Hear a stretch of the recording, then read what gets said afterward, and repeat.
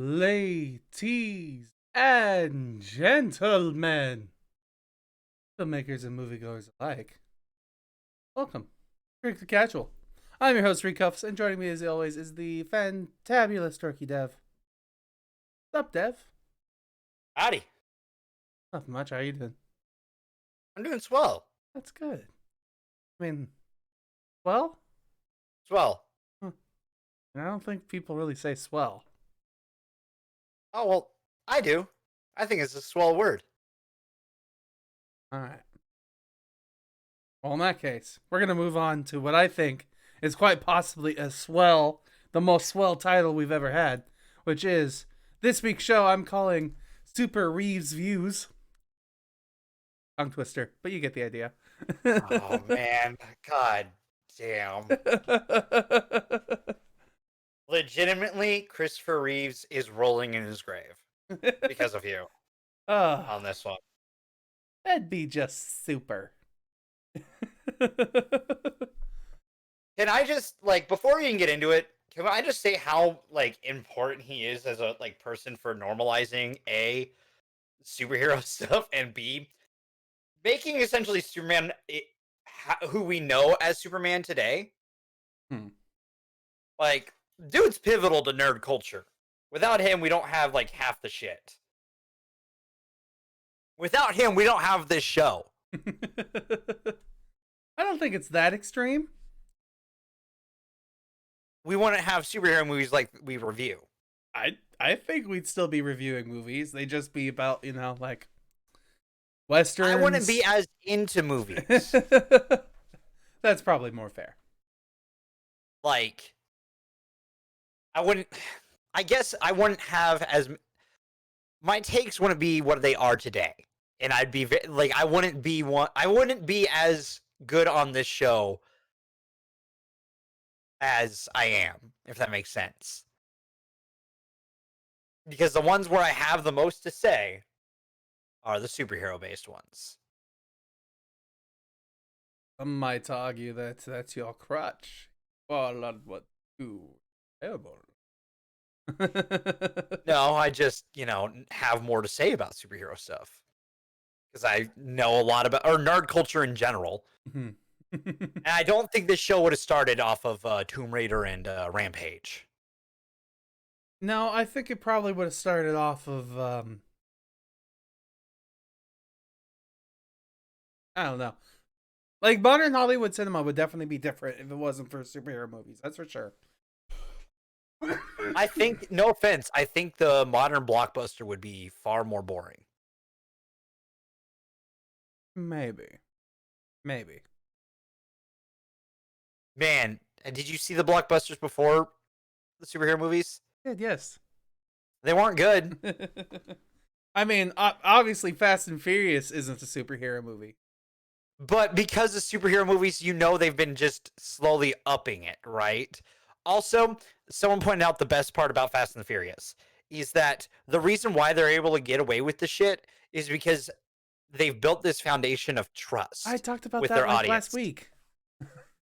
Did you? Yeah. I'm just doing that reprocess shit where your brain doesn't remember where you heard it. Yes, it did. And you're like, I heard someone say, yeah, that was me.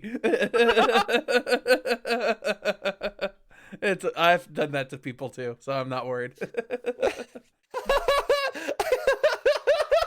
that on this show last week? I think it was, yes. Or was it on the Horror Podcast? I'm pretty sure it was this show last week. I haven't uploaded to YouTube, so we can't be sure, but only I will ever know. I'm just kidding. Intriguing, to say the least. All right. But yeah, this week it's called Super Reevesviews, and we're doing Superman. I was a smartass on the titling on this movie because the movie poster said Superman the movie, so I was like, why not? Superman the movie, 1978, and then we're doing Superman 2, 1980. Which, I mean, we don't really need the years on them because there's no other movies called Superman. Mm-hmm. It's always Superman and this or that. Or Man of Steel. That's not a good Superman movie. This is proof enough if we talk about it, okay? We'll talk about it. I honestly feel like I was talking to my stepmom about this week. I was like, you know what? It's going to be interesting. On the surface, this seems like a very simple, cut and dry week where we're like, yeah, these are fine. But I know there's an argument coming. It's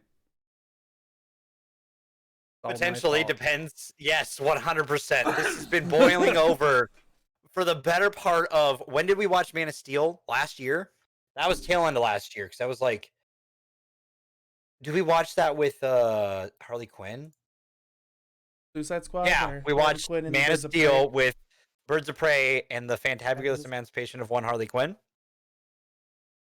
Listen, I'm not changing it because I like that title because it's just ridiculous. Though it should, like, maybe it should have been the other way around, Harley Quinn and the Emancipation of the Birds of Prey, I guess.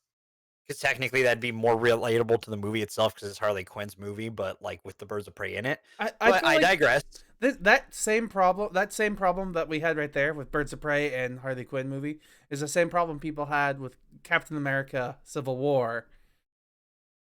But that movie was Cap centric, like it was around Cap's point of view on the movie. Yeah, but which people who didn't realize that were like, it's just an Avengers movie.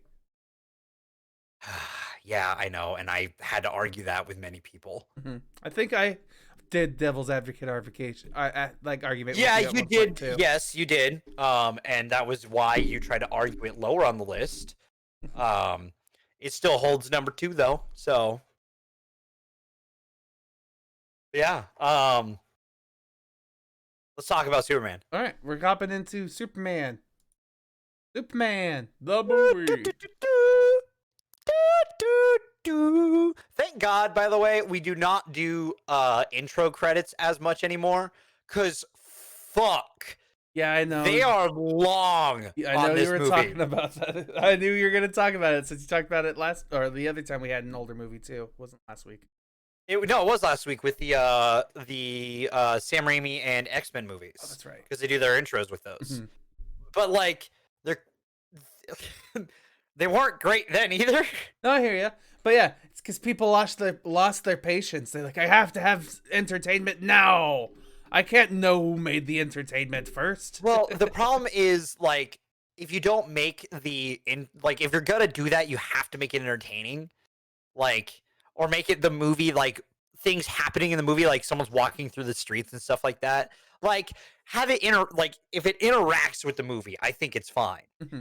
The problem is when you're just seeing names and hearing music, and it's good music, and it's cool to see the names, but then it's like 5 minutes later, and you're kind of sitting there like, are we going to see the movie? What's the difference between that and, like 5 minutes of previews before a movie?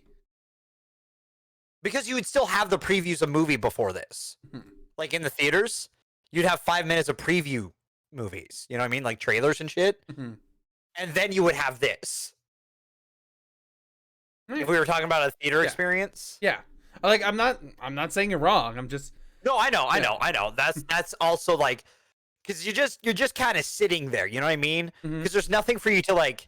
Because like creative ones I can think of, like, I can't remember like movies off the top of my head, but like ones that take place in a city, and you see the main character interacting with the city as like they get to wherever the destination is going to be, where the movie starts. Technically, you know what I mean?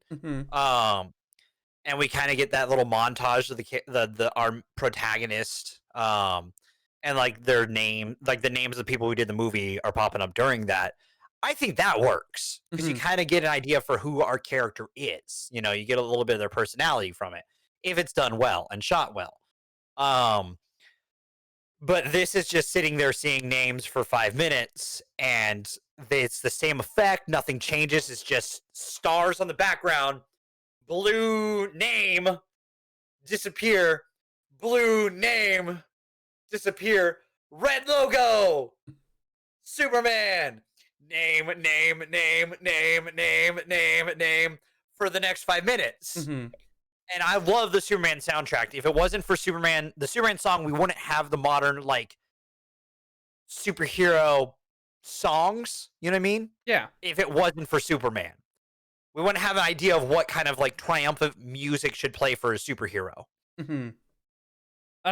I like that this is your complaint too. Like for me, this is just normal. Like I'm totally fine with credits before or after. Like I have no difference I because get that. I'm also watching the credits after most movies too. Like that's fair. Like I wanted to talk about one of the things at the very end of this movie. The very last thing that pops up at the end of the credits is Superman 2 coming next year. And then clearly that was a lie because it was 2 years later before it came out. So well, it was because so a little insider about it. There was a lot of things that happened from this movie. So this movie was released December 15th, 1978. With a budget of $55 million. It made 7 million US opening, made 134 million US gross, and 300 million worldwide.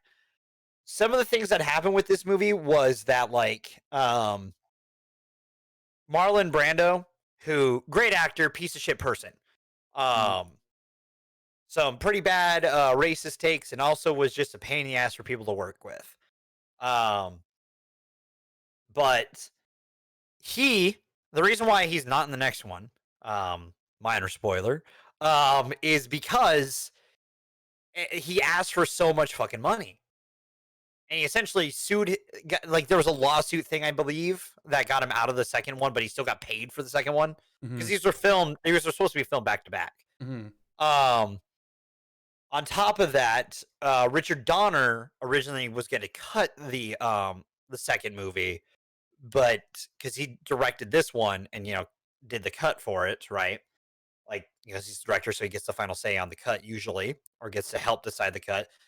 Warner Brothers had some like disagreements with him, stuff like that, and he didn't get to direct the second one essentially. And that's also why John Williams didn't do the rest of the score on the second one, is because Richard Donner was why he was doing the score. So there's a lot of whole bunch of behind the scenes stuff. And that's also why like Christopher Reeves almost didn't come back for 3 and 4 is because despite him liking the character, there's just a lot of drama behind the scenes. Which is why he wanted more creative input on like the third and fourth one, for better or worse. And like, honestly, Christopher Reeves is why we have the modern superhero. I mean, you're not necessarily wrong. No. Because he is what I think of when I think of Superman. His mannerisms, stuff like that. Like the way I know you noticed it, but in this movie, whenever he's Clark Kent, his head's a little bit lower. His shoulders are a little slouched. Everything about him, there's just enough that's slightly different about him in every scene. Like the part of his hair, or the way his stature is, or how he just lifts his voice up a little bit to sound a little more nasally. Well, Lois, that's a mighty fine idea. That's swell. Like, all of those traits that Superman has today are because of Reeves. Like, he chose to do that. It's much like why Batman has like a rougher voice when he's Batman, is because of Michael Keaton. Like, Keaton chose to do that because he's like, people might recognize Bruce Wayne's voice. He's fairly popular. So I should probably change my voice to be a little bit deeper when I'm Batman. And that's why we have a Batman voice, is because like an artist portraying their character in a way that would make sense in the cinema, and that translates later into the comics and stuff like that. Like, Christopher Reeves not only took the heart of Superman, but expanded upon Superman, And that's what this movie does. Mind you, some of the shit I don't like. There's a power that Superman uses in this, if we can call it a power, that is breaking for the movie. I mean, like, you're not wrong. That was something I wanted to talk about too. Like, my personal thing with this movie, I'm just going to blatantly say it. This movie, I enjoyed it. It was fun. Yes. It was funny at times. The thing I don't enjoy is the writing of this film, because to me, there was like, especially when it comes to the conclusion of the film and how it ended, really ruins everything, especially future movies. But future movies, I'm going to talk about that later, because they have their own problems. This one, like, I was totally fine with the effects of the movie. It was good. I love the cinematography. Like, I was sitting there most of the time thinking like, ooh, how did they do that? Well, did they use mirrors or did they do this or did they was it a projection screen on this and what was going on with that? Like it was fun to think about all this fun stuff that was going on with older techniques. And it totally came out Oh, perfectly fine. it looked like, honestly, for its time, it looks fantastic. Yeah, absolutely. It was a totally fine movie for people to watch. It's just that some of like the dialogue choices were pretty bad for me, but also it's the 70s, so makes sense. It's a 70s comic book movie. Um, Because also, like, this Superman is more like Golden Age Superman with a little bit of Silver Age. It's got the silver, like, so to break down real quick, just what that means is Golden Age is like early comics when they can get away with a little bit more before there was like censors and stuff like that. Silver Age, that's when Batman and Joker were like playing tricks on each other. Era is the best way to put it. It's kind of what Adam West Batman is mostly based in. And then Bronze Age is what we're in comic books, essentially, where things kind of got to be grittier again, but also still has the funness of the Silver Age a bit, depending on which comics you're reading and stuff like that. Depends on who's the writer and stuff like that. But you can tell like more vast stories in the Bronze Age. Um, Christopher Reeve's Superman, I think personality wise, is Golden Age Superman. You know, just the Boy Scout. But his Luthor and his like world kind of starts to feel more Silver Age. A little cartoony and goofy. As I would say, Luther is one of my least favorite characters. Like, which sucks because Gene Hackman's pretty great. Like he's just totally fine, but in this movie he does all of basically nothing. And in the next movie he's even worse for me. So, like Lex Luthor is the worst part. Like not the worst part of this movie, but like he's bad. And my big complaint about this movie is just the beginning. I would have changed the beginning of this movie and the beginning of the next movie and swapped them. Like, actually, maybe not even that far. Like, I would have started this movie with the chamber scene, with them together in the room before they send off the pod. Like, that's where I would have started. And then start the next movie with the scene before he goes. Yes, exactly. That would have made sense. They were doing too much to set up stuff for the future with this one. And I think that's probably because Donner had plans to just film these back to back. And I mean, it makes sense in a sense for how he's doing it. But the problem, too, is because Marlon Brando being Marlon Brando, that scene's different in the next one. Yeah, he's not in that the next time. It's all the elders and not him. So it's a little weird. Especially if you watch them within a day of each other, you're kind of like, huh, that's not right. But no, I can agree with you that, like, there's just something off about, like, Lex, that's what I mean. Like, Lex feels like Silver Age Lex.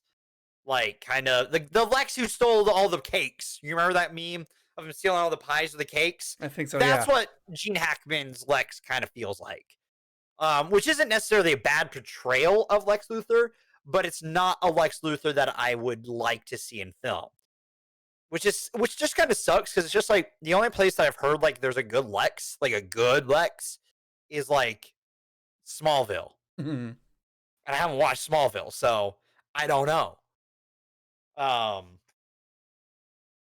don't know. It's just like, especially too, like, this movie also, some of my conflict is like still writing. Like, one of the words hard. The resolution, the conflict right around the part of the film where, like, Superman has his difficulties and it's all because of a piece of jewelry. And how he gets out of the piece of jewelry is another character's help, but then that character also shows up in the next movie still as like a sidekick, and it gets really confusing for me when you think about the continuity of that kind of stuff. Especially too because he's sitting there like, oh no, I can't lift up my arm, which, yeah. That's something I want to talk about when we get the spoilers, just because comic books have always confused me when it comes to that. And I know there's an answer that makes sense. I just don't know it. I'll try to explain it Mm-hmm. as best I can to you. Mm-hmm. I can almost explain it right now without explaining it. But Like I just need to. I understand because it's like he's closer to his home in a sense, but Steven, I got 4 words for you. And comic got a comic. Comic got a comic.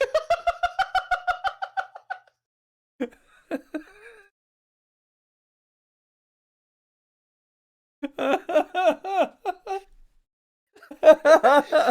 knew where I was going with it. I can put things together sometimes. The one time I'm not actually passing the baton to Steven, he fucking gets it. Like hammer to a nail. Other times, it's like fucking bashing my head against a brick. Have you seen God damn, man. what TV show is it? The Boys, I think? No, not The Boys, sorry. The one with crap, I can't remember. How did we both end up like this, by the way? I'm thinking, that's why. I didn't even realize he had said that way. Oh, that's funny. I'm just Yeah. No, I'm trying to think of the superhero TV show about the family of adopted kids who all are born on the same day and have superpower. Umbrella Academy. There we go. I haven't seen that. Okay. Never mind then. Fair enough. Real quick, I need some water. Just Okay. real quick. So keep talking about the movie. I'll be right back. All right, we'll do. So, like this movie, I still enjoyed watching. It was a lot of fun, really cute and enjoyable in moments. I thought it was very hokey at times too. But like it comes down to me is like I was saying before, just simple writing and decisions that they made. Because like, especially when it comes to the resolution of this goddamn film, man. Yeah, the resolution's a little rough. Mm-hmm. Especially because it doesn't make sense at all. Like, because people remember, but they don't remember, I guess. Like, they remember events that happened to a degree, but the events stop at a certain point instead of continuing on if it's complete. Also, yeah. Paradox. Yes. there's unanswered questions that happen. For better or worse. But like at the same time, like I do really appreciate what this movie does for the superhero genre. Like because if it wasn't for this movie, we wouldn't have a lot of what we do today.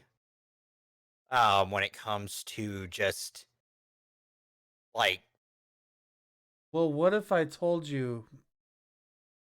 Well, here's the thing, actually, because like, I do agree with you, but I also want to be that asshole who's like, what about these other superhero movies you're ignoring?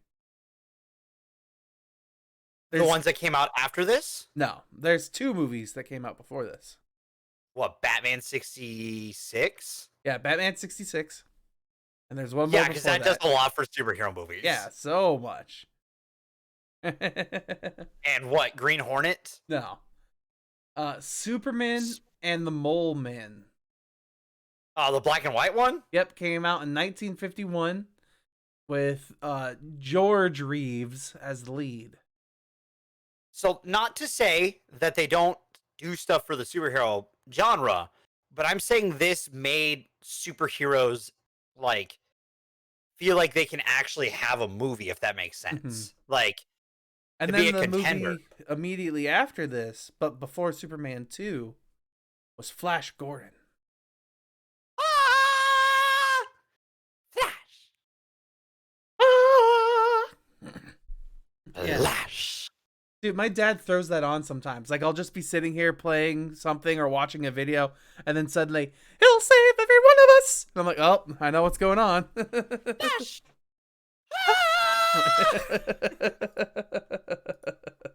um, but like I know I'm gushing about this movie, but like this movie is pivotal to what we have today for like modern superhero epics. Um, and it's also why this movie, despite its flaws, is a far better Superman movie. Whoops, I hit the mic. Um, than Man of Steel. Because it is true to the heart of what Superman stands for and is than Man of Steel.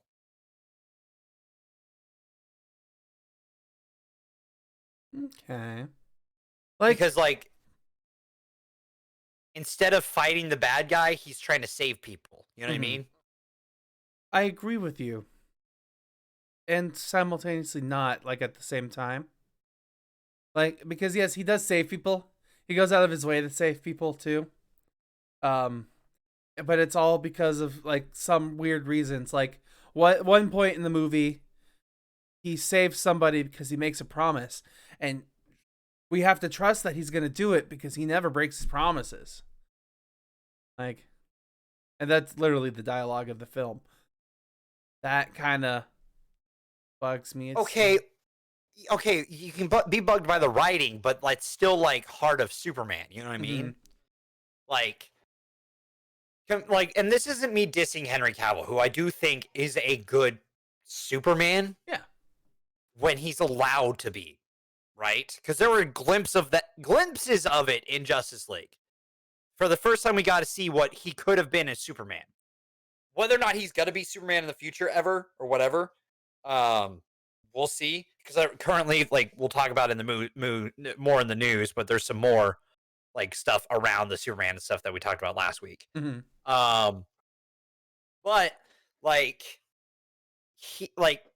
Christopher Reeves, like when I see his version of Superman, I know that it's Superman, if that makes sense. While like again, I'll just like I use this scene, but there's more scenes in Man of Steel that are like it that like just like I could draw from too, but the easiest point to go to is the semi truck throw. Yeah. The gas tanker. Like this version of Superman from Superman would have tried to stop that. You're not wrong.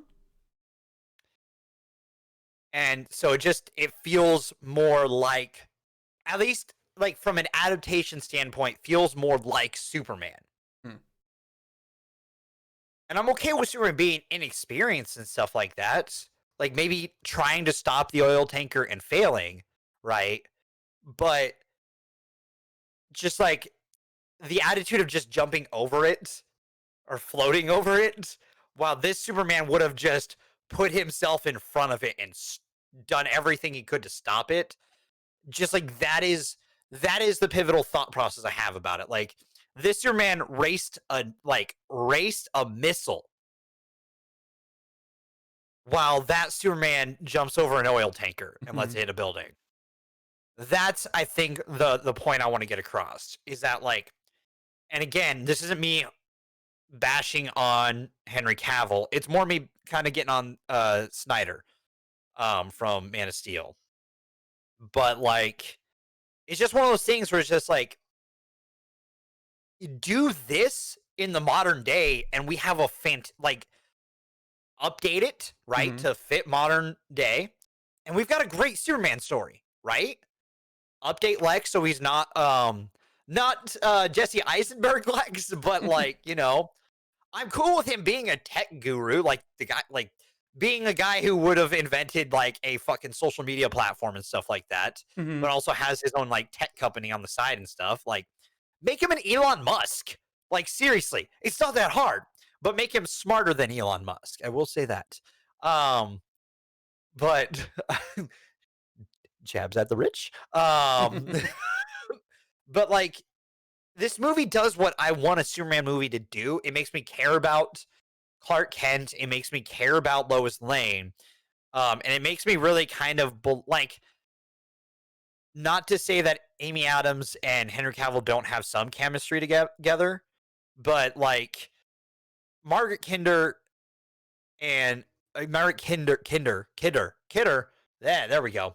And Christopher Reeves actually, like, despite not having a ton of like time as the two characters that kind of like each other, like I still feel the chemistry, if that makes sense. I feel like you have to like well maybe the on-screen chemistry, yes, I could feel, but I don't feel the relationship chemistry very well myself. That's fair. There I will agree with you to that degree, but the like I guess the build up to what could be a relationship, you know what I mean? Which is what a first movie should do with these two characters, right? Like it shouldn't Yeah. be I mean, immediately like at the very least, they didn't become boyfriend and girlfriend by the end of the first film. yes, and also they didn't know each other's secret by the end of the movie. Like I got to give credit where credit's due on that. Cuz like that's a problem with a lot of superhero movies in my opinion, is that by the end of the first movie, the love interest knows it all. While in comics, that would have been a buildup, like part of the relationship. You know what I mean? Like him balancing that, and then eventually being able to be like, "Hey, this is who I am." Which again, some things we'll talk about in the second movie. Um, but again, it's just like this is like he's just Superman just feels like Superman to me in this movie, and that's why I think I love it. Like this movie is good, and I love it. Like Um, yeah, it's got some issues with just like again when it was made and stuff like that. But hey, the fact that this movie still looks pretty damn cool when he's flying around. Like I know it's just him flying, but like also the thing, like another thing that Christopher Reeves like brought to the table was that when he was flying, he said Superman should bank. You shouldn't just fly. You should bank when he's moving and stuff like that. He's the one who said that. Hey, but which is kind of funny you bring that up because I was thinking about like the flying. Like it's totally passable, but at the same time there were some moments I was like, "Oh my god, they're just standing there and they have a fan underneath them and then they're doing camera work like it's not even like they're laying down. It's like they're looking up and they're like No, actually, Christopher Reeves did a whole lot of like stunt work for Yeah. like 8 Well, months. like I For know this that movie. they did that stuff, but there are some moments in the flight sequences where it just looks really cheesy. Oh, that's fine. But again, for Yes, this for movie like is that's being 78. yes. I've also said that this looks good for a film made in the 1970s. I know. I'm just gonna. Like that's the problem I have sometimes with our like it's movies that you like. It's like I can't say anything negative because you'll reiterate why it's good, and I'm like, yes, I've already said why it's good. We don't need to keep saying why that one thing is good. Let me talk about the things that it could have improved without saying the thing that's good again. Well, I will say they couldn't really improve the VFX at the time. Good maybe, sir. maybe. What other movies came out in '78? Let's pull that list up because this seems to be a new segment. National Lampoon's Animal House, Grease, Deer Hunter, Halloween, Piranha. Like this one was definitely Dawn a of the Dead. spectacle for the time. That's for sure. That's part of the reason why I'm not being so harsh towards it. Like Jaws 2. they tried. They tried really hard to do the stuff that they did. Yeah, no, like looking at the list of movies from that year, this is probably like, at least when it comes to like on screen, like cool things to try and stuff like that, like VFX especially, this was definitely pushing the bounds compared to everything else on the list, honestly, like the top 50 of that year. Yeah, no, I mean, I'm actually kind of, this actually really, honestly, it kind of makes it more impressive to me. But like, it's like one of my favorite scenes in this movie. Not really a spoiler because it's like, it's just a silly moment when he's kind of Spider-Manning. with a cat burglar. Oh, that moment, yeah. That is such a great Superman moment. Like, I both agree with you that it's a cute little, like, quirky moment in the film, but it also feels like one of those weird moments where they're like, Superman hasn't Supermaned in a while, so let's throw in like 4 or 5 Superman-y things all at once. Well, because that's during the first time we see him during the movie as Superman. Yeah. Exactly. So, like, give us like that is. I think that's great because that's like give us the Superman. That's one of the things like we liked about Wonder Woman. Like they did what we did with Wonder Woman when we hadn't seen her yet really be Wonder Woman yet in the movie, and then we get the scene where she does the whole like she starts the save of the people in the trenches, and then we get like fucking 5-10 minutes of her just rampaging through a city, taking out people and just demolishing, right? Mm-hmm. And that's a great like that's a good first outing for Wonder Woman. I think this is a good first outing like Superman moment because he's just going around saving people, doing what Superman does. He saves a cat out of a fucking tree. Like that's such a Superman thing to do. like Superman is why that's cliched. Like there was the first time that was really like that. Superman is why that is what it is. If you know what I mean, like the hero saving the cat out of the tree is because of it, because of him. So I don't know. I think it's just that like I want more. I want DC to remember what they can do. I guess is why I'm also like really happy about seeing this movie again. It's just like when I think of DC today, there's not something that feels like this. And the ones that try to feel like this miss the mark. Like Wonder Woman 1984. Like they tried to feel like a late 70s, 80s superhero film, which would have been the Superman era. Unfortunately, it feels like a Superman 3-4 Superman kind of style than a Superman 1-2 kind of style with Wonder Woman 1984. Because it kind of misses the mark of what we should like it feels too old. It doesn't feel like it brings that idea of superhero to the modern age. It feels like it regresses back to that.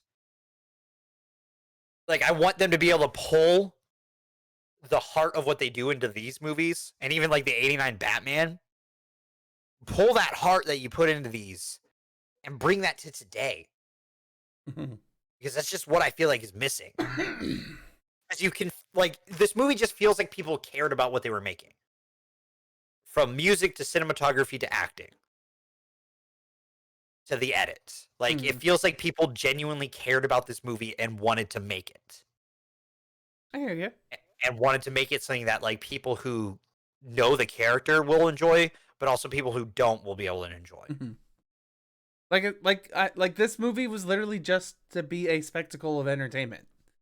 Like it wasn't supposed to revolutionize the world, but in a way, you're not wrong that it did in the way that it revolutionized, like the direction of movie making. I'd say that honestly, my personal opinion is why this was a good foothold. Like this was a first step. I feel like the most influential period is the early 2000s, but. Well, I would say that's most influential modern superhero, but if we don't have this, we don't get X-Men. Is kind of how I look at it. Yeah. Like I said, this was step 1. But it's step 1, and then there was step 2 through 6 in the early 2000s. Yeah. And then step 2 I would give to 89 Batman, and then 3 onward would be early 2000s until 2008 when Robert Downey Jr. steps into the suit. But still, you get the point. Like I get the point. Yeah. Like, you had to edit it so you were still right in a way, but yes. There's like without like X-Men and Spider-Man, like we don't get the I guess idea of what a Superman or a superhero movie would be today. Yes, without a doubt. Well, essentially, without this week and last week, we don't get Avengers. Is how I would put it. Because like, I don't know if like people would have. Like, I don't know how the music for like. Just think about this. What would the music for X-Men and Spider-Man sound like if this movie didn't exist? with Probably its the way soundtrack. it sounds like in the cartoons. They They might have, but like, would we have that? Like, I guess my brain like is kind of like reverse engineering. Mm-hmm. Would we have even that Yeah, without well, we have the Superman? cartoons without. Yeah, I hear you. Like their But themes, like but would we have the movie without the comic? Like, honestly, I feel like the way that this works is comic books are so popular that even if it wasn't this first movie that did it, they would have become the focus eventually. probably yes, but I don't know if we would have gotten it how we. Because I mean, there were multiple attempts to make it the focus, multiple screw ups, most of the time by DC. Gotta point that out. Because it seems every time DC has something going with superheroes, they shoot in the foot. Looking at you, 3-4 Superman, and looking at you, Superman Forever and Batman, or Batman Forever and Batman and Robin. Look at you guys. Like, you do all right on the first two, and then you just shoot yourselves in the foot. Because we could have gotten it then. If honestly, if Tim Burton was still the director for the later Batman movies, and they got to still use Michael Keaton, that could have been the era that like the start of superhero movies was, right? And heck, kind of the early 2000s is when we got that, but they couldn't get past the second movie without it being garbage during the 2000s. Mm-hmm.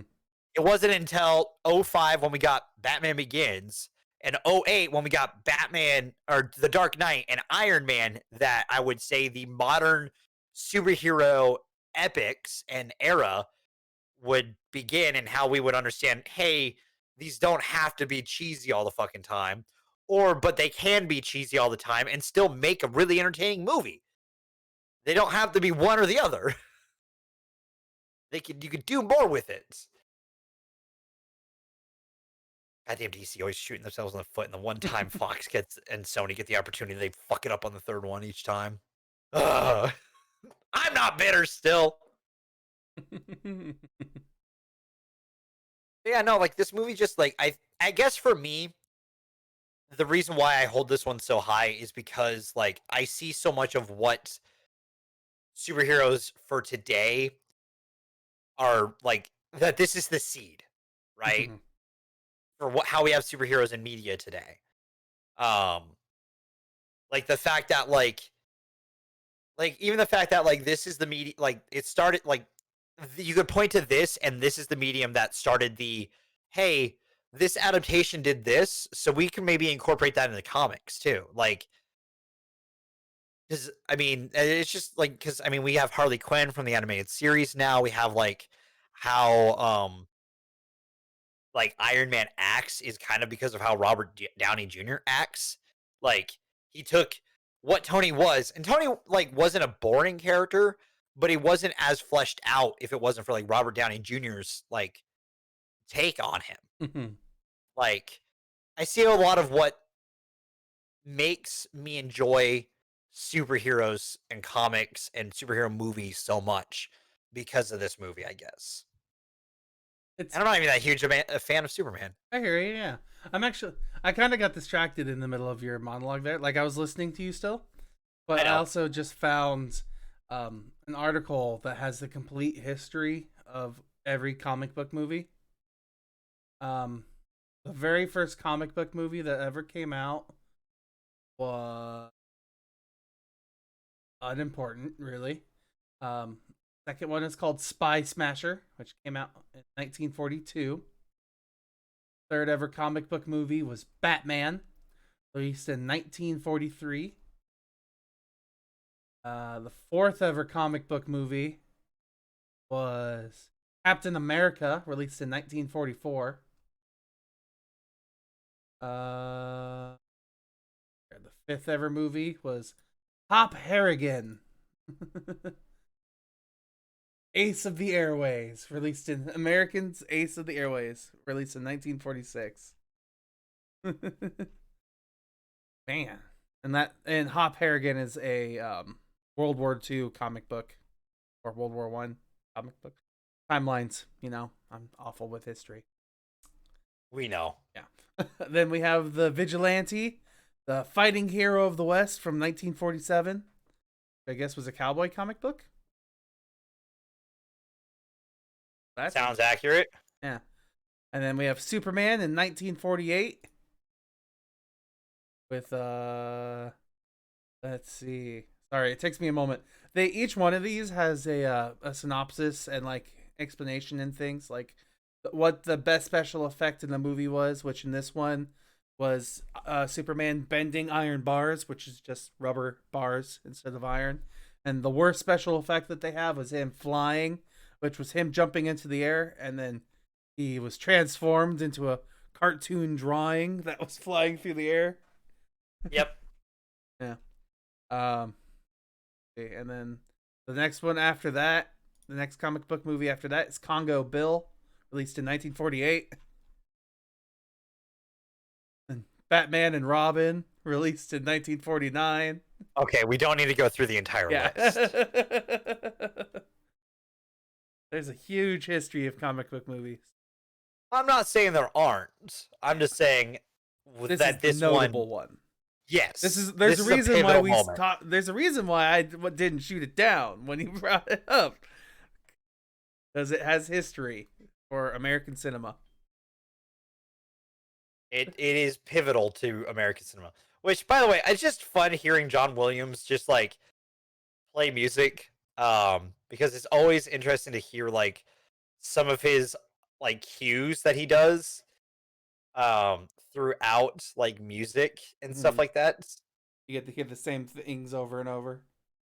Yeah, it's just like he has a very like John Williams cues in his music that you're like, oh, I've heard this in other ones. Mm-hmm. I mean, it's also kind of like Hans Zimmerman. You hear music by him, and you're like, "Oh, yep, that's Hans Zimmerman." Violins. All right, Dev. Are we good on Superman here? I think we're good on Superman. All right, I'm giving you your 10 popcorn kernels. How many are you giving to Superman? I'm gonna give it an 8.5. An 8.5? 8.5. All right, nice. I'm giving it a nice 7. I knew it. Predictive. That was a last minute change actually because I was leaning towards 6.5. But I was like, I'm not going to be that much of a dick. This movie is like 50 years old. Yeah, that's like... why. I was like, it could be so much better, but it's also really good for what it was. And my biggest complaints are the writing, but that's because it's almost 50 years old. Yes. Like, it's a fair complaint, but all at the same time, it's like, but it is 50 years old. Yeah. Like, at least they weren't racist. I mean, I'm gonna point one thing out. The one black guy in the movie was a little stereotyped. Just a little.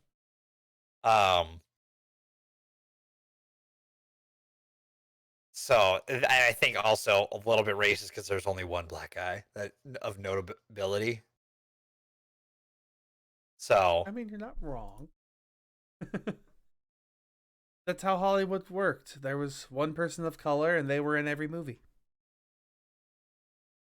Thank God we're not in the fucking 70s and 80s. I mean, it was still kind of that way up until about the early 2000s. I'd say honestly. Honestly, even then. Mm-hmm. I mean, we could even argue that now. Like after last month, we watched a bunch of movies from a long period of time, but we got to see a bunch of the same actors.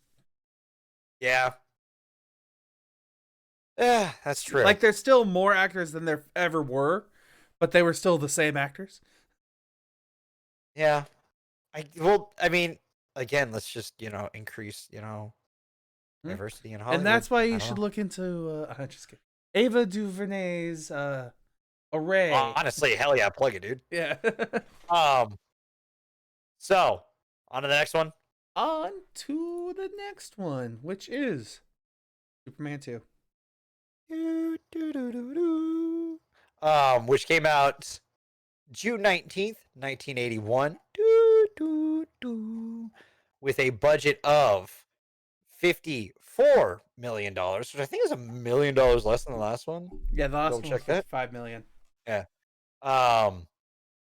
Box office or opening weekend of 14 million, gross US 108 million, and that's all it got worldwide.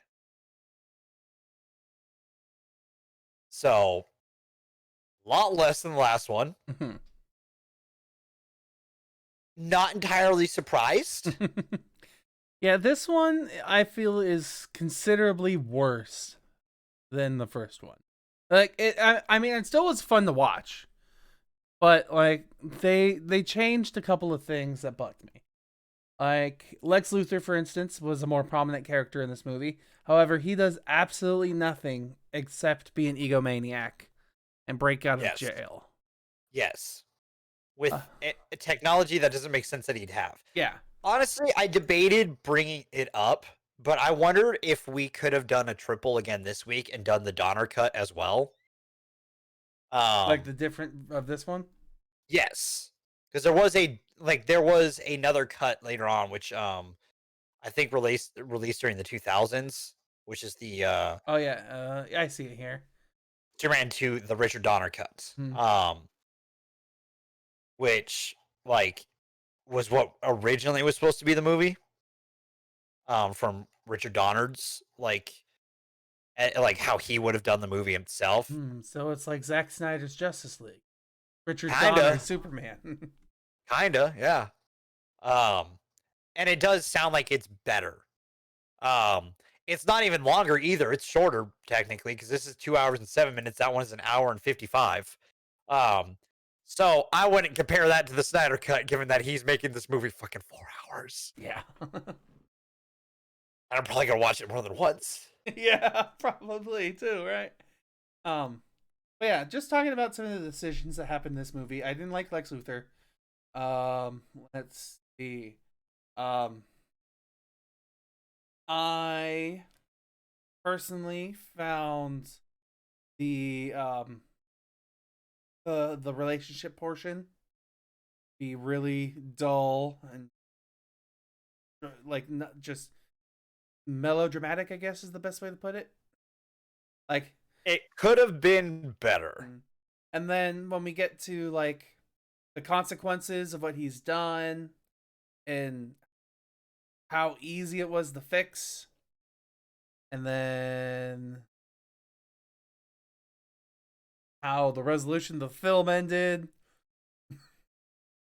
Both these movies have bad resolutions. That don't really also, the tone of the movie just feels like there's two directors, because there was. Yeah, like it's just not as good as the first one. Mind you, there's some great Superman moments in this one, like the beginning of the movie at Paris. That is a great Superman moment. Absolutely, like, I enjoyed that. It was him catching it and going, I believe this is your stop, Miss Lane. Yeah. You know, the bomb. Right. Just that's so Superman. Yeah. Though I did, you know, that happened though, and I was thinking like, could you imagine a modern day, like if this was Zack Snyder's Superman? I had this thought, like he'd stop it. This would be I believe this is your floor, ma'am. And she's like, oh, thank God. He's like, no, thank me. I'm God. Yeah, let's go. Like I get that Superman has been compared to Jesus multiple times in comics and not, but like, man, does Zach just like put it in your fucking face? The fact that like he had that scene where he floats out in space, yeah, he's been stabbed by a spear, he's reincarnated. Like, dude, we get it. He's your universe's Jesus, whatever, fuck off.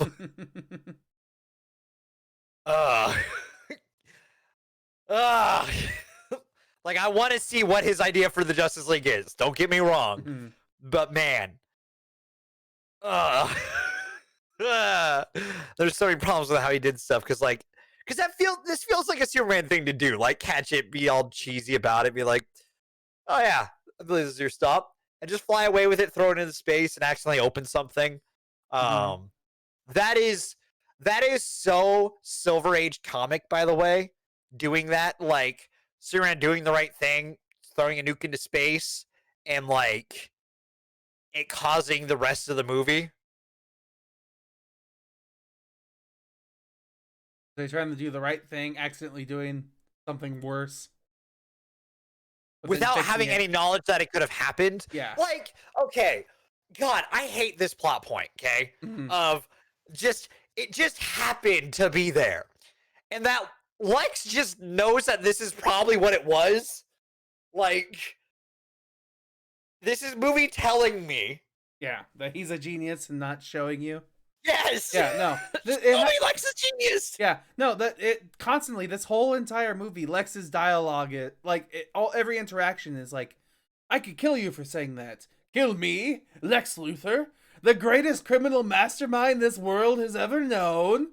You wouldn't do that, would you?" That is the most Silver Age it could have been. Like, it gets worse in this one. Mm-hmm. Like, and he keeps doing it too. Like, I'm pretty sure he has that one line 3 times. It just, God, it's obnoxious. It really is. Because like, there's also a part of me that wants to like it, because I do like this movie like a little bit I do like a little bit of the Lois Clark thing. Like how the reveal happens. I think how they explain it a little bit kind of makes sense. Like that it's like a subconscious thing that kind of happened. Because like he's even like, I could have stopped that. Like, I could have stopped that. Like he's kind of like turmoil in it, and she's like, maybe you just didn't. And that, like, for those two, like, that makes sense to me, at least. And I think that's also just comic book bias. I can admit that. Like, it could have been better set up, is what I'll also say. And I do like the whole, like, I do like how, like, Lois is portrayed in this a little bit, though, because, like, she's smart. She's able to piece things together and stuff like that. It shows that, like, it shows Lois being a good reporter and good investigative reporter. That she doesn't just let things like pass and be like, well, maybe it's just that like you look like him. No, she's seen him up close, not like other people. Because like one of my favorite things about like they explain in the comics a little bit in Superman comic stuff is that like someone asked him like, how don't people know that you're Superman without like when you take your glasses off? And Clark replies being like, well, they say to me, you look a lot like Superman. Because they can't believe that I'd be Superman. And that's brilliant. Like, that is one of my favorite things about like the story of Superman is that like he is a kid from Kansas who just happens to be Superman. Like, that is his story. He just happens to be one of the most powerful beings in the universe, but he's also just a good-hearted kid from Kansas who happened to be an alien. And that, you know, he knows how to like hide that a little bit because he knows that like, hey, I know that if I act a little bit clumsy, I wear the glasses, I, you know, change my posture a little bit and talk a little bit different, then no one's going to believe I'm Superman, even if I take off the glasses. As long as I keep the act up. Because even if they question it, me just acting like a klutz the entire time, no one's going to believe it. Because this movie also has one of my favorite moments when he knows no one's looking and he throws the hat. Oh, yeah. He throws it and it lands on the thing. Perfectly. Yeah. Like, that was one of those moments I'm like, all right, you're getting a little show-offy. I know no one's looking at you because no one's like actually paying attention to you right now, so you could do that. But way to be risky, Clark. Yeah, right? Yeah. But it's such a great moment because that's something that he would do, right? Because he's like, yeah, no one's looking. Everyone's distracted. Something's going on. Oh, there's a bomb in Paris. Like, also, it's just like his superpowers expand a lot in this movie. That bugs me. Especially that thing he does to Nan. That makes no fucking sense. Dude, the problem with this is that, like, again, this is Silver Age, when, like, Superman would just get powers every week. It wouldn't be until, like, one of the first crises that like Superman's powers got nerfed again, and we were like, hey, this is what he has: heat vision, cold breath, super strength, fly. That's it. Even then, like, why does he have cold breath when all of his enemies have super breath? In this movie? Yeah. They don't have No cold idea. breath, they have super breath. That's it. Well, part of it is because the Fortress of Solitude has made his center cold. I don't know. Do you watch Caravan of Garbage? No. They do reviews on movies. They actually just recently did the Superman movies. Like, I had chose the Superman movies before they did this. I was like, might as well. Like, I had the idea of what we would do this month if you let me. All right. I had this planned out for a while. I only had 1 week open on it because but even then I still had movies planned for it, and I was like, but I'll let you decide. You're so humble. Hey, I like, listen, you gave me an idea for you let me do the comic book thing that I've been wanting to do for a long time. This was on the docket. But they talked about how, like, maybe why Zod, Na, and I can never remember his name because he doesn't talk. Non is the one who doesn't talk. Ursa. Sorry, I flipped that up for some reason. But like those three, like why their powers are what they are is because they kind of manifest into what they want. Mm-hmm. Like your powers kind of get decided as you decide them a little bit, kind of like a perk tree a little bit for Kryptonians in this one. But that's what you get. You know what I mean? You can't reverse your perks. The problem with that is that Superman just keeps getting powers. Yeah. Like, let's blast him with our heat vision. Well, I have repellent hand. Ha Well, I mean, like, Superman's been like able to like take heat blasts in the comics too. Mm-hmm. Not to that degree. Like, it's kind of egregious to just block it with your hand. Yeah, and all that happens is he glows red, and he's like, I'm becoming superheated, and I'm fine now. While, like, in, like, Crisis on Infinite Earth CW, Arrowverse, like, two Superman fight real quick. It's actually Brendan Routh who played Superman in Superman Returns, but he's playing Kingdom Come Superman versus the new Superman from Superman and Lois. Superman and Lois. And that Clark jumps in front of him because like the other Superman's being controlled and just takes the heat blast through the chest. But you can see it hurts, right? But he's able to take it a little bit more because like again, they're relatively on par with each other, right? Mm-hmm. And another excuse would be that like Superman's been under the sun longer. Mm-hmm. So he's, probably built up more strength and just dexterity. So you'd say this part's explained a little better in Man of Steel? A little bit. I can agree to that. I can agree to that. Okay, that's not making Man of Steel a better fucking Superman movie. Fuck off. This is still a better Superman movie than Man of Steel. Even though he lets buildings fall on cars? I mean, yes. And he just lets them, like, go, Superman, fight. We're going to watch you fight. It was the 70s. Yeah. They needed entertainment. No, it was the 80s. Thank you. It was filmed in the 70s, okay? God, we're idiots. But, like, dude... I mean, I still would say that this is a better Superman movie than Man of Steel. Like, from the sense of Superman. I would maybe say Man of Steel is a better movie. I could give you that. If I had to. Like, I wouldn't argue that too much. If that's fair to concede. See, and I rate things based off of movie and not Superman movie. Well, for me, I've got to base it off of like what you know, which is comic books.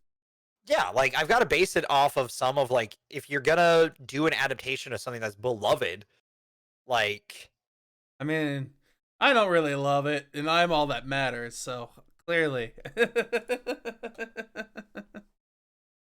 I'm the center of the universe here. No. I guess it's just like this is one of those moments where I feel like I'm you, and I just wish there was more. Mm-hmm. That's the best way to put it. I don't blame you. Like, I would honestly, the one probably the Donner cut is probably better because what they do is they rearrange the timeline of events in this movie. Like, I bet you anything. One of the him losing his powers happens a lot earlier. On the Donner cut. That way, the consequences of things actually matter, especially with the resolution of that stuff too. Like as you said, when he says like, "Oh, I could have actually done this," and then we get to the resolution of the film, and it's like the red light matters, even though it's a psychological thing.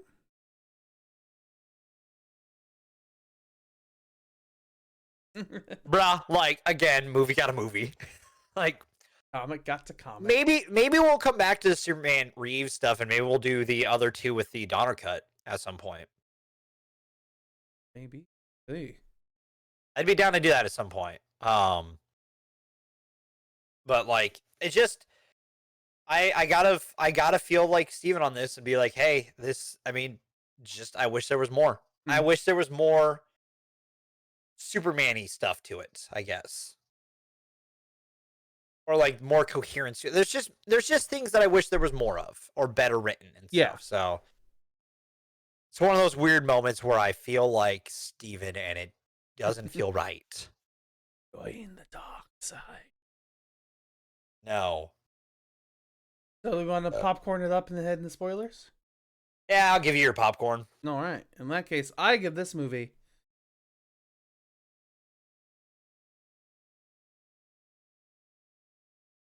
a 5.5. I thought you were going to give it a 6. I'm giving it a 6.5. Okay. See, like, for me, the deciding factor was, at least with the last movie, I was thinking a 6.5, but I bumped it up to a 7. With the last movie, I was thinking at first a 6, but I was like, it could do better. It could do much better, especially because the first movie does better and it was made earlier. Like, though I'll be honest, that was my thought process. I was going to give it a 7. I was like, it's not even a 7 to me. Like, just like comparing it to the first one. Like, the first one's an 8.5 to me, and this just doesn't feel like it's got the heart to it, like, as much. I mean, there were things that were kind of improved. Like, I thought the flying sequences in this movie looked better, but that's only because they had more experience with the first film, and especially too because unfortunately, it's the best they'll look during the series. Yeah. One thing that I noticed too was the flying differences in this movie. It's like, in some of the scenes in the first film, the people lose their color when they're flying. Like they become less saturated, and it's not it's only on the wide shots when you can see their full body and then the surrounding areas. But then once you get back to their close-ups, their faces are back in full color, and it's just because how the technique that they used for filming, the green screen or whatever it was. Yeah. In this movie, it looked better at times, but it just everything else didn't really jive as well. Yeah, I can agree fully with that take. So, spoilers. Let's get ready to spoil! My timing on that has gotten better and better. Like, I'm doing it like preemptively, and I know exactly when you're gonna say it. So, talking about this movie starting off,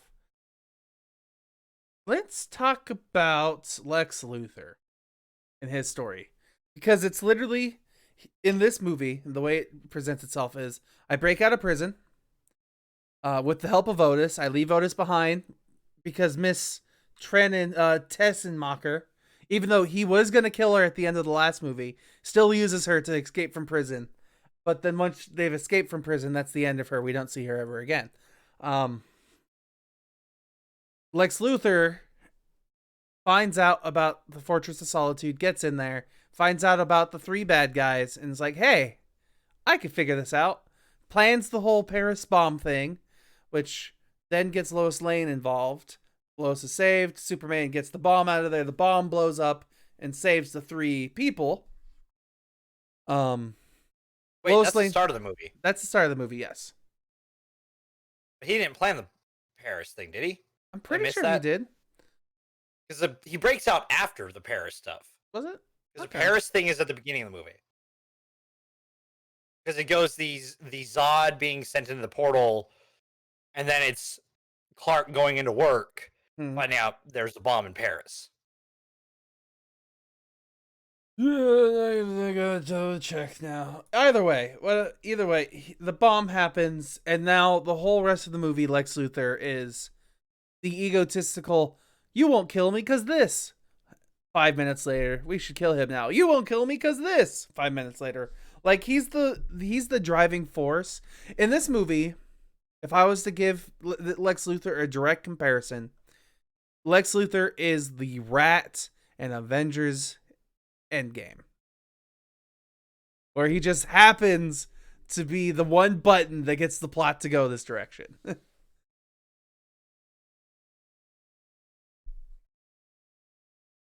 I mean, I don't want to give you the point, so I'm not gonna. Okay.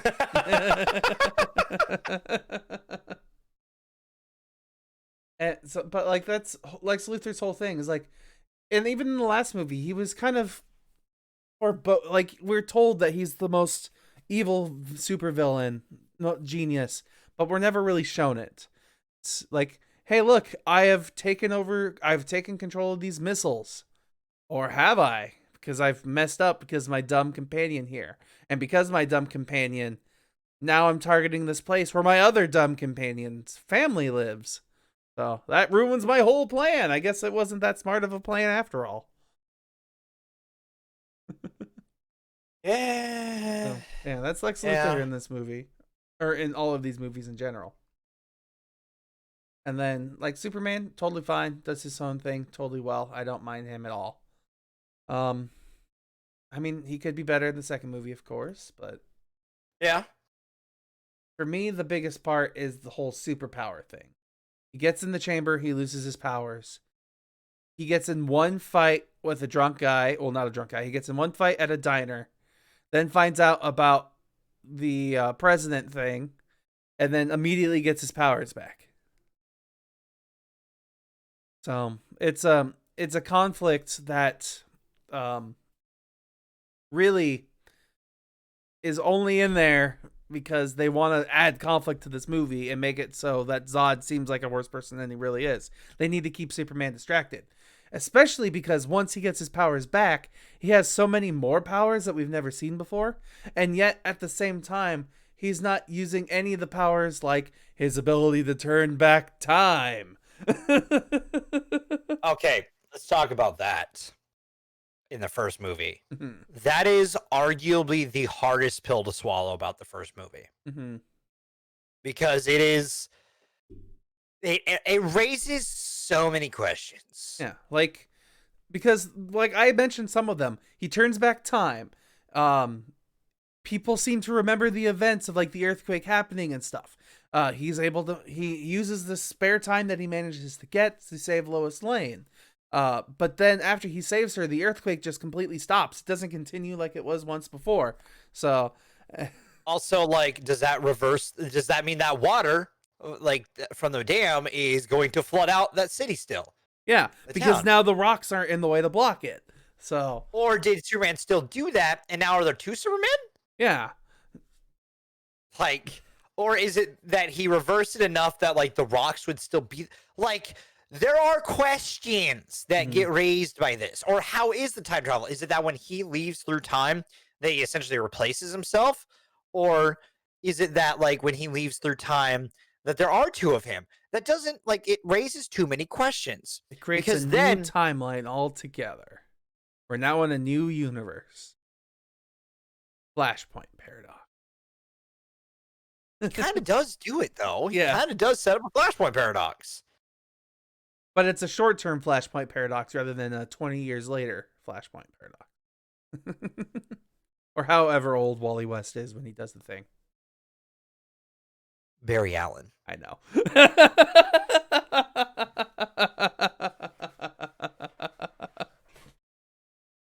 You mean it wasn't Richard Reed? Who is Mr. Fantastic? No, I didn't know that. What? Richard Reed is Mr. What was it? Wait, you mean it wasn't Wade Watts? You need to stop. You just need to stop. We're not going down this road. I'm not allowing this. Blasphemy. You do Scott know that Lang, last get it reference, right. What? You do know that last reference, right? I believe so. The name's familiar. Ready Player One. Oh, that's why I don't remember it super well.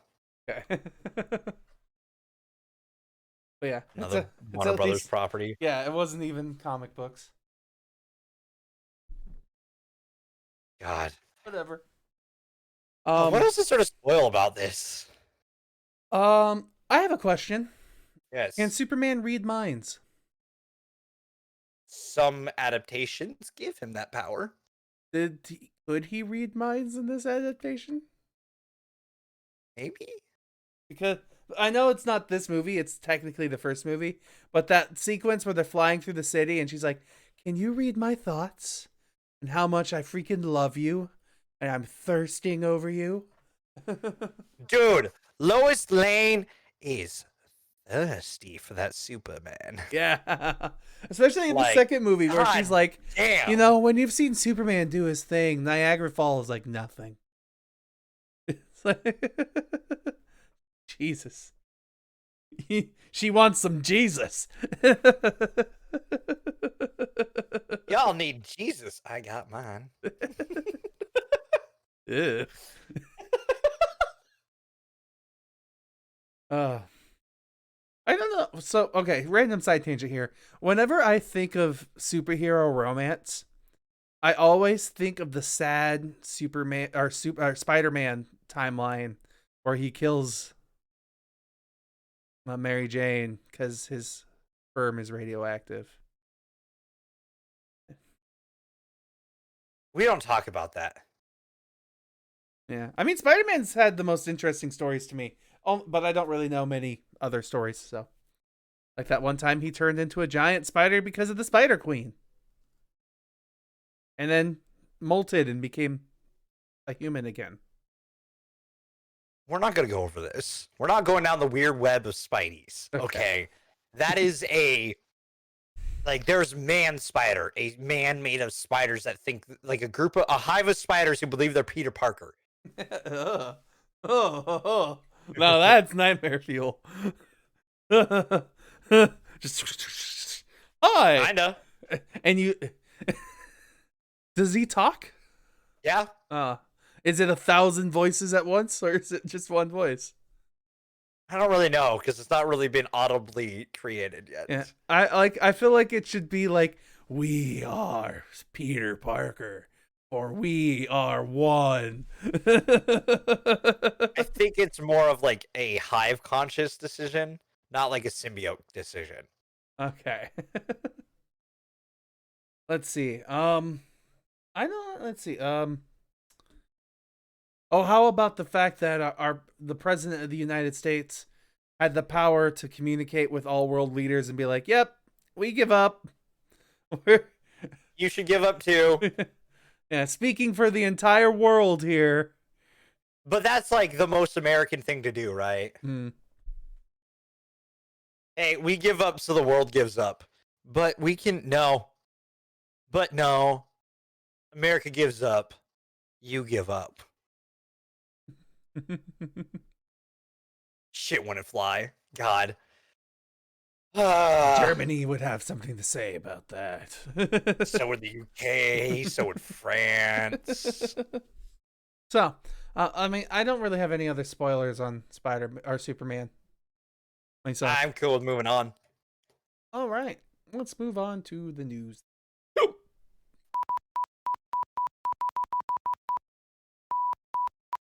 Wait, hold on. It's wait. I can't remember the Superman theme suddenly. My brain's just blanking. It's gone. I had it all earlier in the podcast.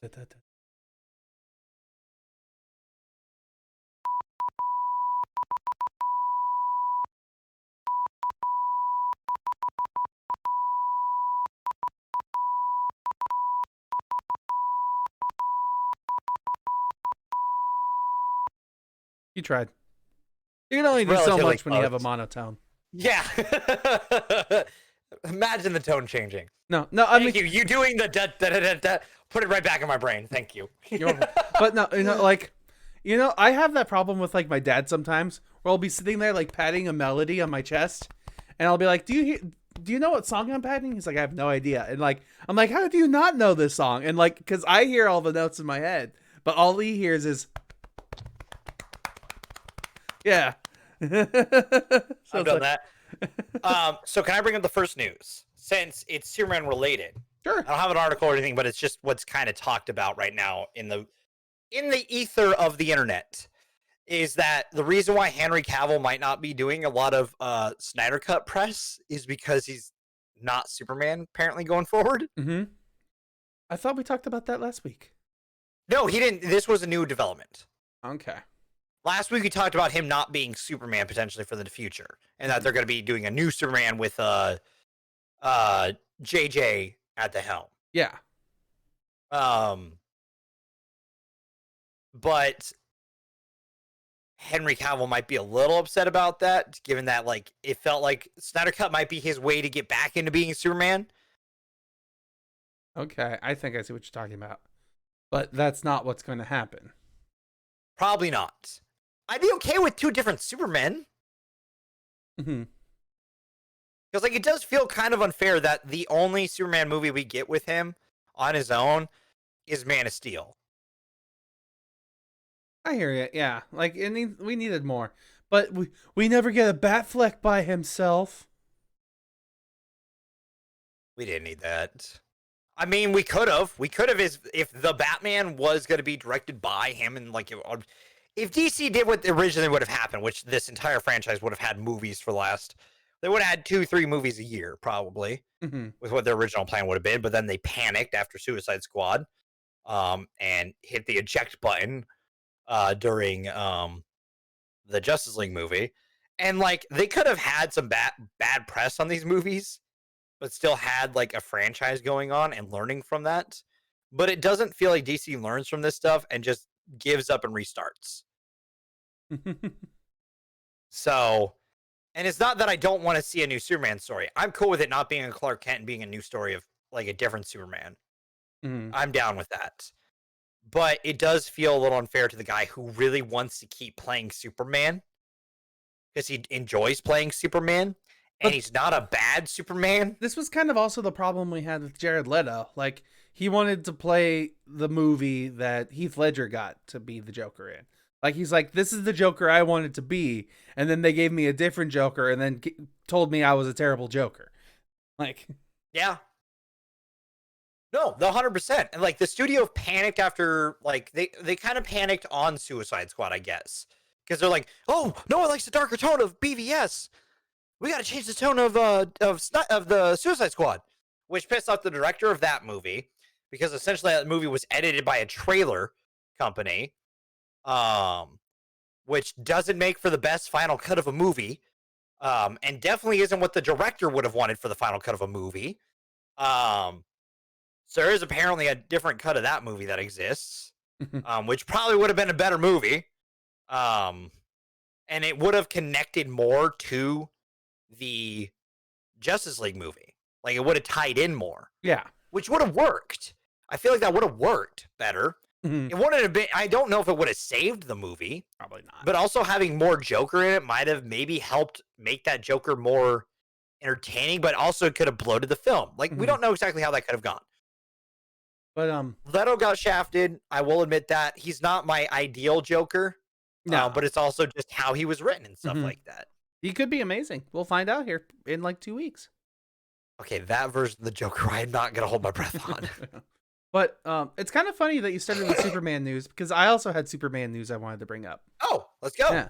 So this, I'm going to press a button. Can you tell me if Stream is on the news page? Yes. Sweet. I remembered my hotkeys. So this news article is, Adobe reportedly leaks Superman reboot news to bury Justice League Snyder Cut. Yes, I saw this too. Yeah. Yeah. So I'm going to scroll past all of this stuff because it's saying here that the only reason, the top part of the article says that really the only reason why Snyder Cut is a thing is because They're trying to publicize HBO Max. Warner Media is like, we need to get HBO Max more customers so we can guarantee that it's going to be successful. That's what that top Well, art. hey, guess what? That's what we called it as. Mhm. I remember when HBO Max came out and there was the rumors being around. I'm like, this would be where they could put the Snyder Cut, and it could come out and it would work. And then they announced it. I'm like, you know what? Not shocked, because this is the only way that they could have done a Snyder Cut, because they're not going to re-release that movie to theaters for it to potentially flop again. Yeah. And this is the bottom part of the paragraph. The article is what matters to me. I'm reading in the whole second half here from WeGotThisCovered.com. Says the studio brass was never sold on the idea of having the director return to the project, Snyder coming back, but eventually they acquiesced when they realized that there was money to be made. A tipster, Mikey Sutton, is now claiming that the WB leaks that the J.J. Abrams Superman reboot news was to draw attention away from Justice League on social media. The direct quote is, they simply want Snyder Cut to go away. The J.J. Abrams news was deliberately leaked to bury the Snyder Cut in social media prior to the release on HBO Max. I won't say Warner Bros. Is trying to sabotage the Snyder Cut. It's not going, because that's not going that far. Nevertheless, Snyder Cut is being treated like it's the last kid asked to the prom. Then continuing on, it says, while this sounds a little bit like self-sabotage to a certain extent, if you're in for the Snyder Cut, then you were in. If you're in for the Snyder Cut, then you were in a long time ago. Nothing's going to change that. However, the Superman speculation could easily distract more casual audiences who remain on the fence after the rumors of the all-new Justice League left the boardroom feeling underwhelmed and underimpressed. The studio might just want to try and get rid of all the hype. Unfortunately, that's not going to happen with trailers literally dropping every day right now for each of the 6. Mm-hmm. Make it 7. We'll see how that strategy goes. Definitely a choice. Yeah. So I mean, it's definitely a choice. I remember doing something like that similarly when I was a social media manager for the Blue Coats that one summer. It was the first year that they were trying to keep everything about their show hidden. Like, no information about it until the first show on the field. And somehow our costume, I remember this. Somebody snuck into a dorm room on the campus that we were practicing on, and like took pictures of it from the upstairs dorm room so they could take pictures of the costume designs that we had specs of. And then they posted it on like DCI World or something like that. And the forum exploded because that was the first big news about the show at all. And they're like, they're changing their outfits. What? So I was like, we need to distract them. What should we do? And I released a drum video where the bass drums did their part, and it was the first time they heard the music for the show as well. And they're like, but they couldn't really tell what the song was because it was just the bass drums doing their part. So they're like, oh my goodness, distraction. Hey, dude, I mean, it makes sense. It's a strategy without a doubt. Whether or not it plays off against the Snyder Cut, because I mean, the problem is this is the Snyder Cut. Mm-hmm. This thing has willed itself into existence since Justice League released in 2017, if I remember correctly. Mm-hmm. So the fact of the matter is that this movie has essentially like forced its way into the atmosphere. It manifested itself from idiot fans who believe that Zack Snyder is a visionary, people who just want to see what Zack Snyder was gonna make, and or comic book fans who are like, I'll see it. Like, that's how this movie manifested. So it being underwhelming to the board, I'm not going to take the board's opinion fully to heart because it's a board of executives. Yeah, and they don't always have the best decisions when it comes to entertainment. No, they don't. Looking at the Justice League movie. Look at how they got into this mess in the first place. So maybe it's like a smash hit. Again, I will eat my words. I don't think this movie is gonna be good. I think it's gonna be a fucking fire. Is it gonna be an entertaining fire? I think I will be entertained with if it's bad or funny bad. I think I'm still gonna be entertained. And if it turns out good, then fuck it, you know? I'm wrong. I mean, it'll I'll be write awesome. down. I'll eat my words on a piece of paper and eat it. Yeah, if it's because Justice League is good, that's worth it. Yeah. Oh, yeah. 100%. I'm down for this movie to be good. I just don't think it's gonna be. Yeah, pretty much, dude. That's exactly how I feel about this, because it's just like, I don't know if this can be good. Mhm. Like, I just don't know. So we'll We'll see. see. Um, Two other things of news that I have. yes. Second thing, I'm really excited for this one. I'm super excited for this one. Rugrats is coming back, baby. Yeah. They're I bringing. saw a little tidbit of the animation. Yeah, Like a little clip the other day. Yeah, I'm gonna throw on the trailer that they have here in the bottom of the screen, but with no audio, and we can just see how everything looks. Where it's 3D animated. Imagination side of each episode is gonna look like. It's definitely going to be interesting. Absolutely. I mean,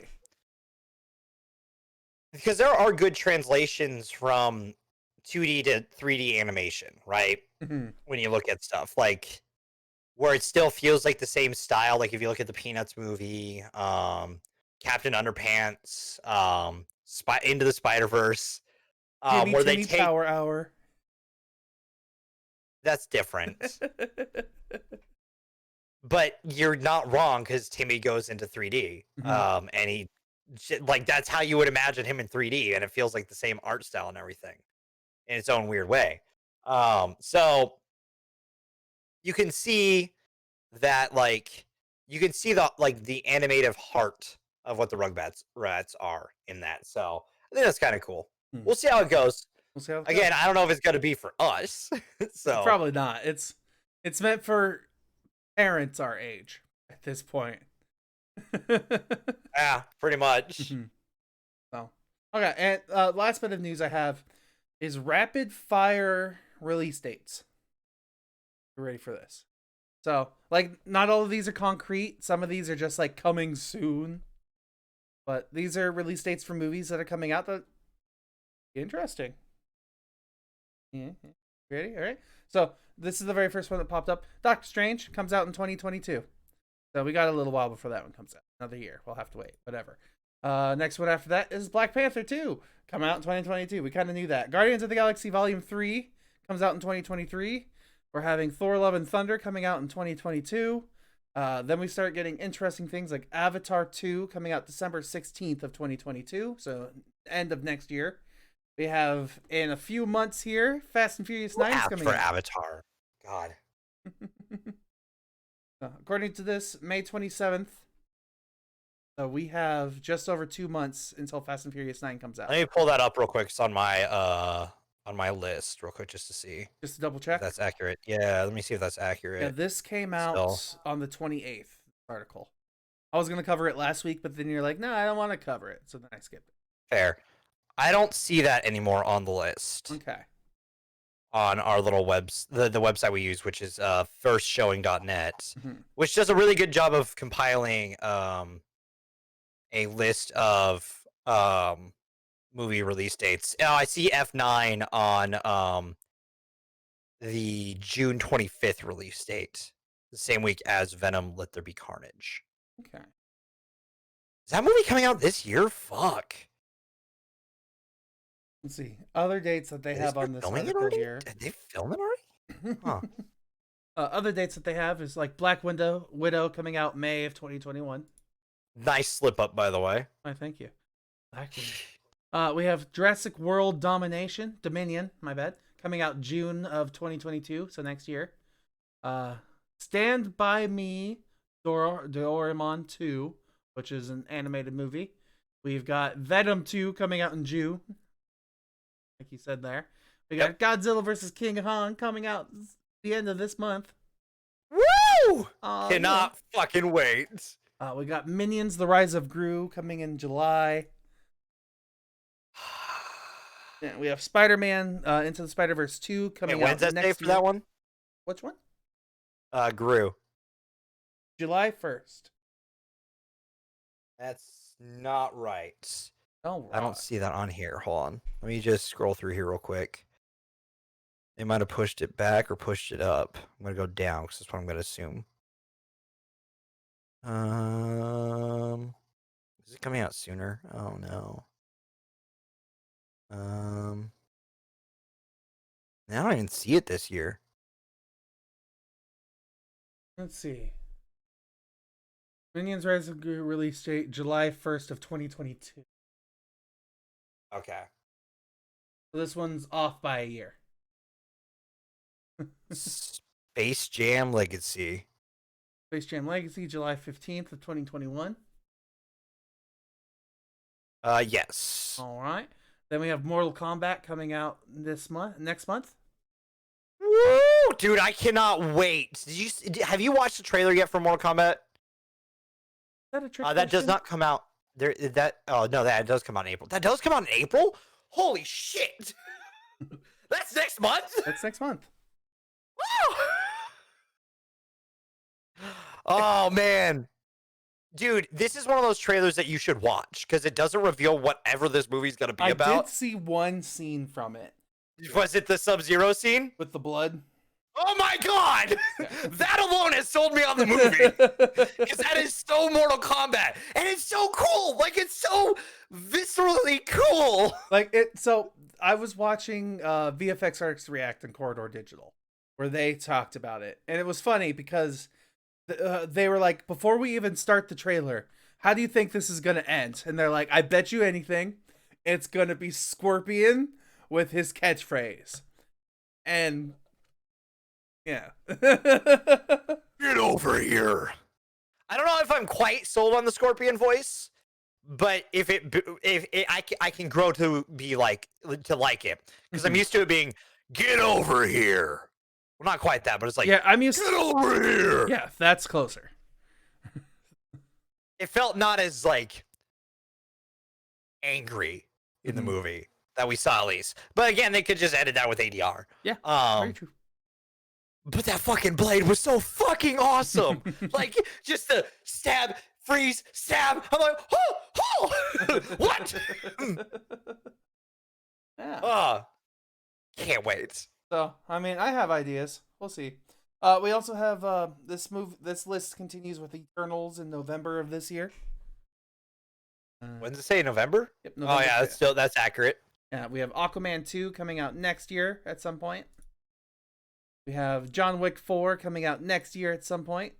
We have Jungle Cruise coming out July of this year, which this is a Dwayne "The Rock" Johnson about trying to find the Fountain of Youth. Right. So that's probably one we'll watch because, Dwayne "The Rock" Johnson. We got The Addams Family 2 coming out in October of this month. Oh, fuck. We haven't even watched the first one. Are we going to have to watch these? Probably not, no. These are just a list of movies coming out. Because people are complaining that we don't have movies coming out. And these are announcements.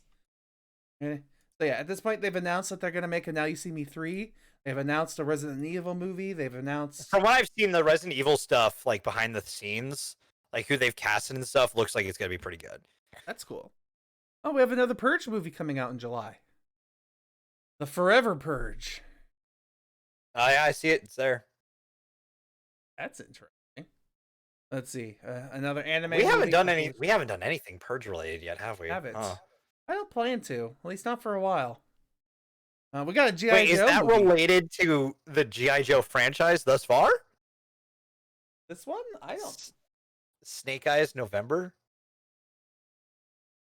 October, it says. Oh. Yep, I see it. Snake Eye G.I. Joe Origins. It's like a Wolverine movie. No! Wait, Snake Eyes doesn't talk. How are we doing a movie about him? Oh, God. We get to learn about why he doesn't talk. Yeah, okay, the problem, too, is Ray Park is Snake Eyes in the movies. Because he's really good at, like... Flipping and shit. Yeah. Oh, God. Oh.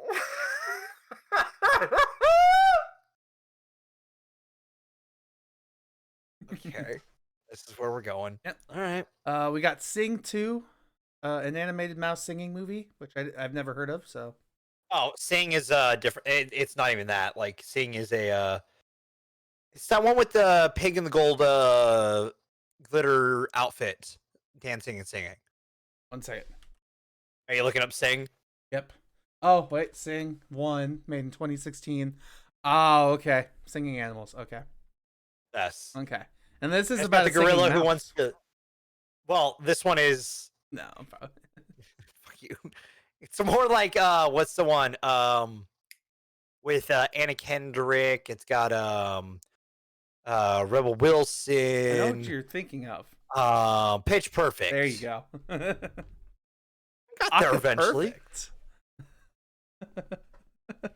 It's more like that, like a group of singers and all that. So then we have Rumble. Looks like a monster wrestling movie. Okay. Coming out in February of next year.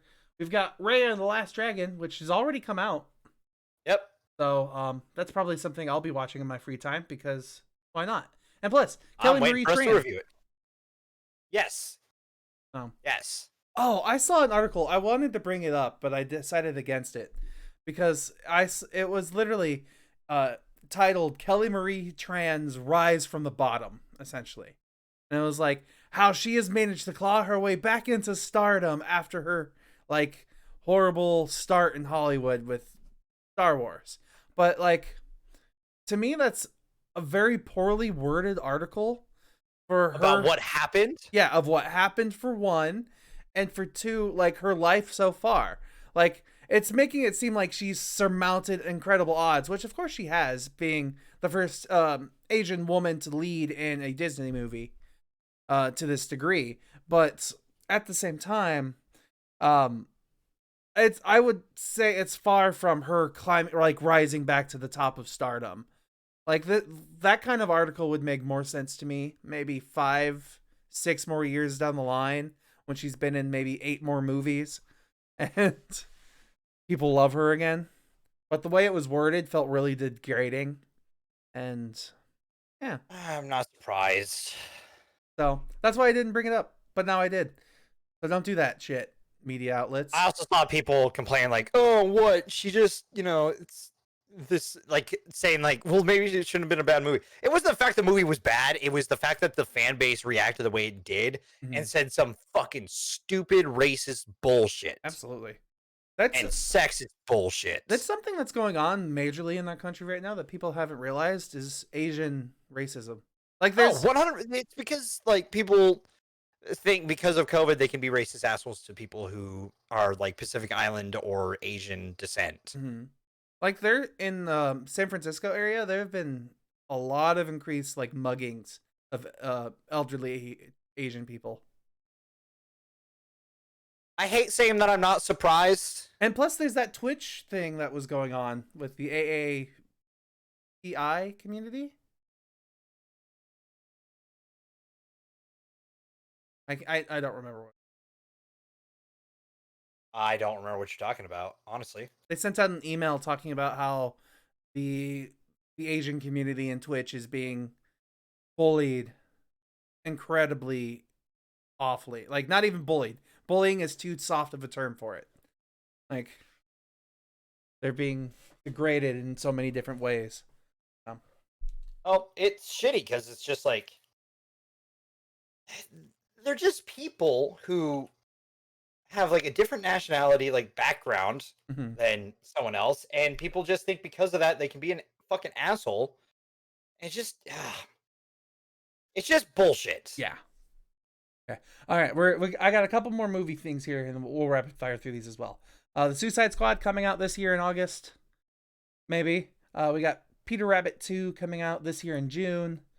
We got The Hitman's Wife's Bodyguard, which is the sequel to The Hitman's Wife. Yep. And that's coming out this year in August. We got a new Exorcist movie that's announced called The Exorcist. We don't know when that's going to come out. We got Free Guy, which is coming out in May, finally, after all this time. About time. Yeah, we got The Boss Baby coming out in September of this year. Boss Baby 2, my apologies. We got Fantastic Beasts 3 announced for next year at some point. We've got Which apparently is supposed to close it out. Yes. Thankfully. Yeah, it's the end of this storyline. We'll probably end up, honestly, when that movie comes out, we'll do all of our Harry Potter stuff at once. Like, we'll go through our history, everything like that, how we've affected us, and then we'll end that show by reviewing Fantastic Beasts 3 and doing our final ratings. So I'm fine with that. all right, perfect. So we got that planned out now. We've got the Death on the Nile coming out in September of 2020 of this year. We've got Chaos Walking, the Tom Holland movie, coming out. Already came out, actually, I think. Yep. We got Shang-Chi and the Legend of the Ten Rings coming out in July of this year. We've got Black Adam that was announced. We've got A Quiet Place 2 coming out in September of this year. Got Top Gun Maverick coming out in July of this year. Halloween Kills coming out in October of this year. Sherlock Holmes 3 with Robert Downey Jr. has been announced. We've got a horror movie called Antlers coming out in October of this year. We've got the remake of Dune coming out in September of this year. Uncharted coming out in February of next year, apparently. No Time to Die is coming out in October of this year. We got The King's Man coming out in August of this year. The Conjuring 3 coming out in June of this year. Morbius, the vampire movie, coming out next year. Matrix 4 coming out in December. We got Cruella coming out in May. We got Spider-Man No Way Home in December. We've got a movie about Luca who looks like he's a mermaid or merman coming out in this year at some point. We got a Buzz Lightyear movie coming out next year. Ant-Man and the Wasp has been announced. We got The Flash coming out next year. We got Cinderella coming out. Like, there's a lot of movies coming out soon that I'm excited for. Oh, and the last two movies are Ghostbusters Afterlife coming out in November, and then we got the Batman with just the Batman coming out next year. Robert Pattinson. Yes. Yeah. We got lots of movies coming out. I am very excited for all of these movies. We're not going to theaters. No. But when they're released in a few extra months, it's going to be great. See, you know, my big problem with that, though, is that we're going to have to deal with, like, spoiler dodging. Yeah. And I hate that.